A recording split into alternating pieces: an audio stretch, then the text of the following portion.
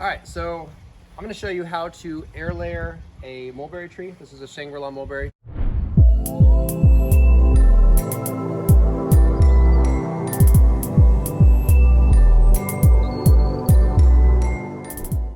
And in case you're curious, I have this cage on here. This isn't necessary.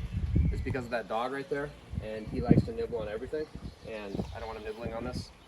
Once it's big enough, he won't have anything to nibble on, but as you can see, I have some low branches that I'm gonna end up pruning eventually.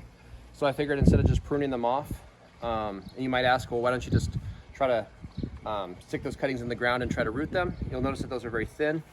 Those are thin enough that their probability of rooting successfully before they desiccate, dry out, is low. And so an easy way to take these thin branches instead of just pruning them off is you can air layer them, which is basically you just have a container to hold soil and you just wrap that soil around the stem or around the branch, and what'll end up happening is roots will start growing into that media. And so I'm going to put some wet, nice soil that I have prepared here that's mixed with sand into here, wrap it around that, and hopefully it takes and roots and stuff like that.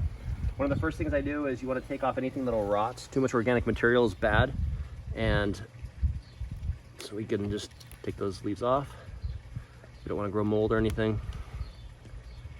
Last time I did this, I actually grew mushrooms in the container, and it sounds cool, but the air layer didn't make it. So let me make sure this lines up right. All right, lines up fine.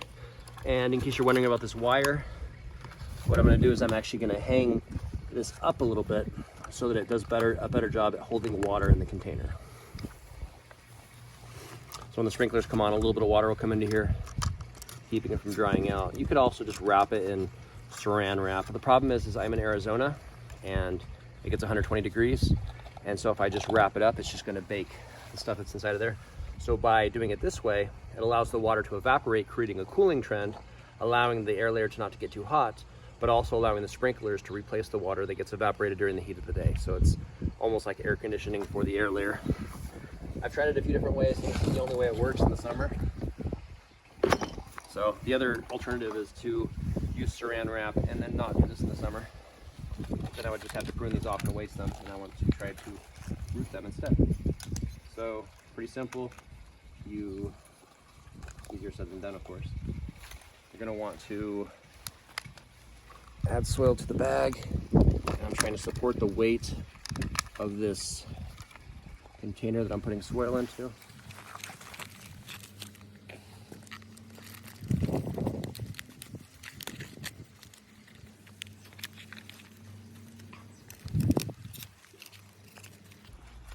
Air layers, the sun is actually very important, because what's going to happen is this plant is going to do what normally plants do in the sun, and they're going to transpire, or they're going to lose water through their leaves to try to cool themselves. And when the plant realizes there's moisture closer than it could retrieve through the root system, it's going to try to exploit that by putting out roots. And so this is basically trying to convince the plant that if it doesn't try to get water from its own sources, then it might not survive, even though that's not necessarily the case. Another thing that some people do that you don't have to do is you can actually rough up the cambium layer here if you want. I've done that a few times where you kind of rough it up a little bit. If you'll see, I'm scratching with my nail a little bit. That's to expose the cambium layer. I've done that a few times. It does, sometimes it'll root, but 9 times out of 10, the roots don't necessarily only come out of that spot. They kind of just come out everywhere. So I don't think that's necessary. I think it's more that so many people have done it that way that everyone just does it that way, like a tradition.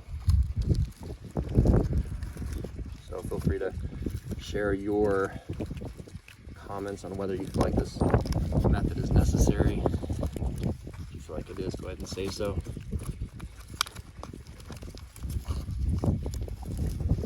All right, then I have some tape around here somewhere.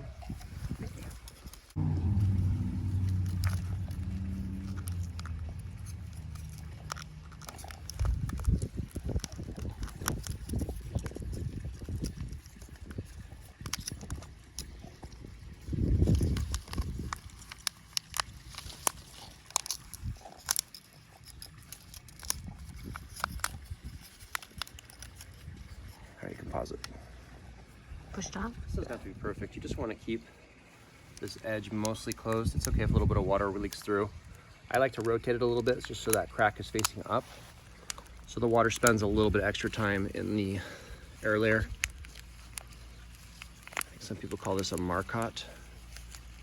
I don't know if anyone knows what that word means anymore, so it probably doesn't matter what you call it.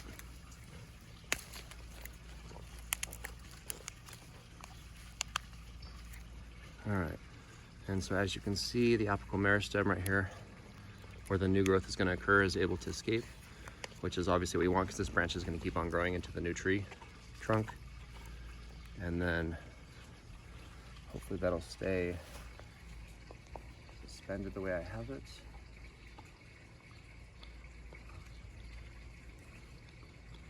All right, and that's basically how you do it. So I'll do an update in a little while so we can see how it turns out. All right, so this is how they look when you're done. Yeah, it's a little ugly, but 2 new trees, 2 new Shangrala mulberry trees in the works. What do you think, Bud? Pretty cool. He doesn't care as long as I pet him. But yeah, mulberry, it's a beautiful tree. And it's still a baby, so the leaves are pretty small. But I can't wait for it to grow up and have fruit. And I want a couple more, as you can see. Plus I have low branches.